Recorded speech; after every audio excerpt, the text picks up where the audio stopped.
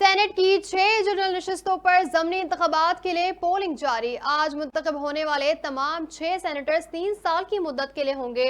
اسلام آباد کی جنرل نشست کے لیے سنی اتحاد کونسل کے الیاس مہربان اور پیپلز پارٹی کے یوسف رضا گیلانی مد مقابل۔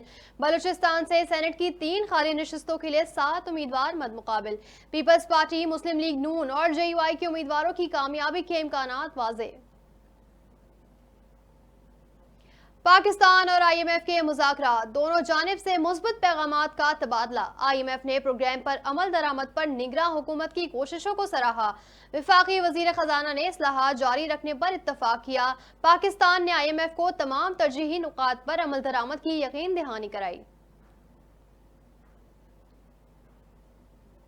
وزیر اعظم شہباز شریف نے سندھ کے خدشات پر چیئرمین ارسا کی تعیناتی کے معاملے کا نوٹس لے لیا۔ وزیر آبپاشی سندھ جام خان شورو کا کہنا ہے وزیر اعظم شہباز شریف اور وزیر اعلیٰ سندھ مراد علی شاہ کے درمیان رابطہ ہوا ہے۔ وزیر اعظم نے چیئرمین ارسا کی تعیناتی کا نوٹیفیکیشن واپسی لینے کی یقین دہانی کرائی۔ وزیر اعلیٰ نے موقف اپنایا، سی سی آئی میں طے ہو چکا ہے کہ چیئرمین کی تعیناتی روٹیشن بنیاد پر صوبوں کے ممبر سے ہوگی۔ وزیر اعظم نے وزیر اعلیٰ سندھ اور محکمہ آبپاشی سندھ کے موقف کو مان لیا۔ وزیر اعلیٰ پنجاب مریم نواز نے صوبے بھر میں مرحلہ اور لیبر کالونیاں بنانے کا اعلان کر دیا۔ سندر اور ٹیکسلا میں لیبر کالونیوں کے پروجیکٹ کو جلد مکمل کرنے کا حکم، کہا مزدوروں کا اپنا گھر اور چھت فراہم کرنا میرا عزم ہے۔ فیکٹریوں میں ورکرز کے تحفظ کے لیے حفاظتی اقدامات پر عمل یقینی بنایا جائے گا۔